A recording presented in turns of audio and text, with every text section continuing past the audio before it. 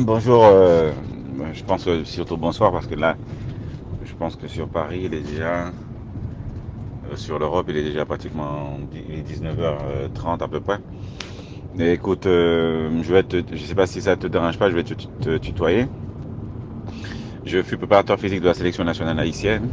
Je suis né à Paris de parents haïtiens.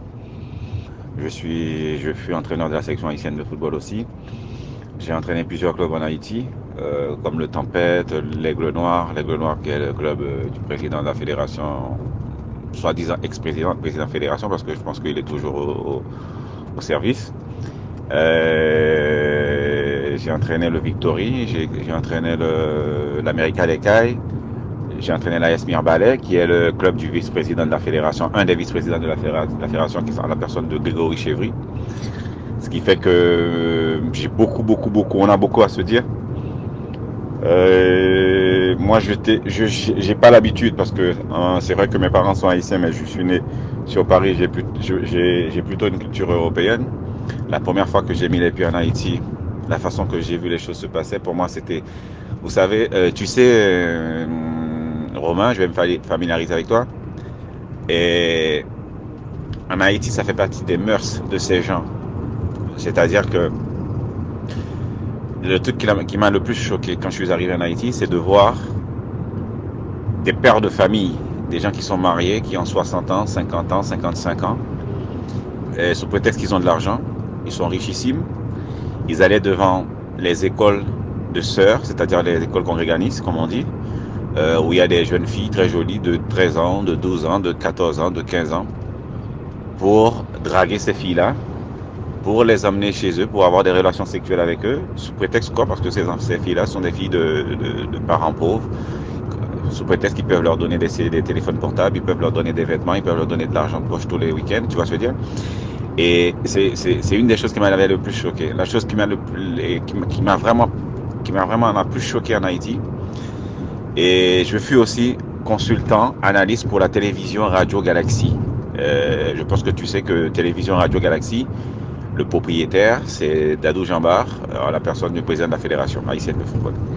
Ce qui fait que pendant les Coupes du Monde, les Championnats d'Europe des Nations, je passais des journées, des nuits entières à la radio, à la télévision, et tu voyais des filles des moins de 17 ans, des filles des filles de l'équipe moins de 20 ans, des filles de l'équipe moins de 17 ans, à minuit, à 1h du matin, à 2h du matin, assis sur les jambes de Dadou Jambar,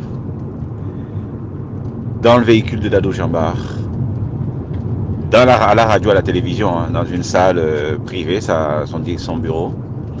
Et après, à 2h, 3h du matin, c'est ce même Dadou Jambar qui doit les accompagner au Ranch Quoi des Bouquets.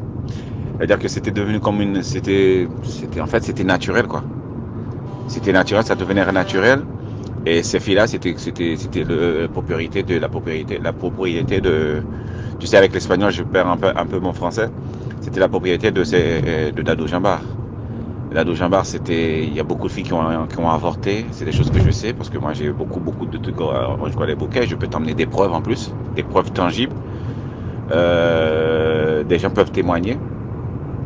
Des filles qui ont avorté, des filles que, quand les parents ont mis beaucoup de pression, Dadou Jambar les a donné un visa, ils sont partis aux États-Unis étudier, vivre là-bas. Et c'était devenu des femmes, les secondes femmes, les troisièmes femmes, la quatrième femme, la cinquième femme et la énième femme de Dadou Jambar, tu vois. C'est terrible, c'est terrible.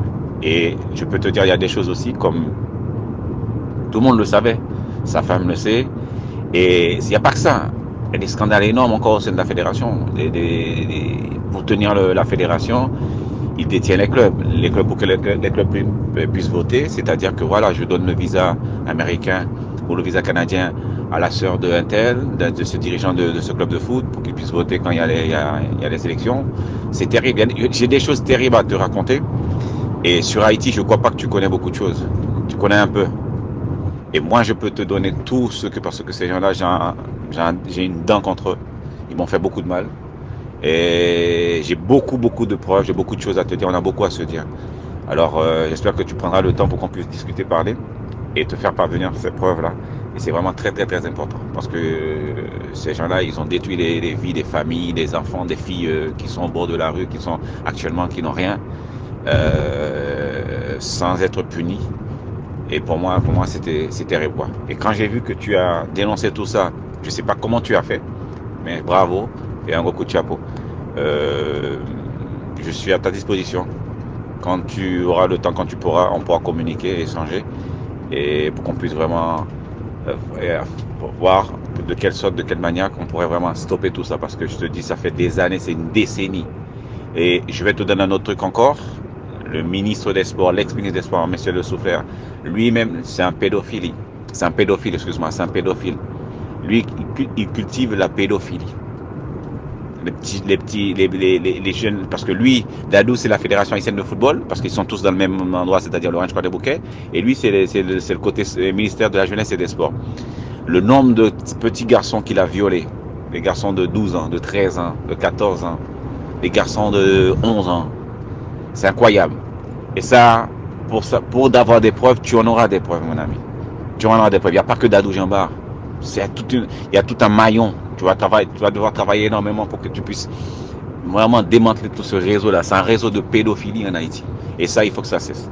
Ok, mon ami, j'attends ton appel. J'attends qu'on puisse discuter. C'est vraiment très important, très intéressant.